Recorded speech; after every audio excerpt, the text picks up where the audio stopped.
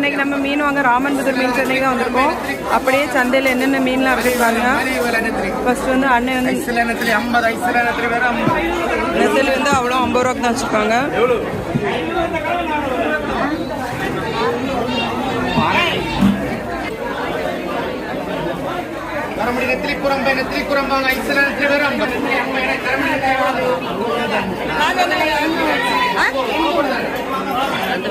இது எவ்வளவு?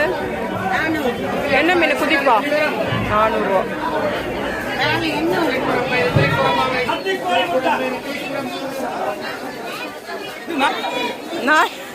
நாட்டுக்கோழி முட்டை எங்க இருக்கு?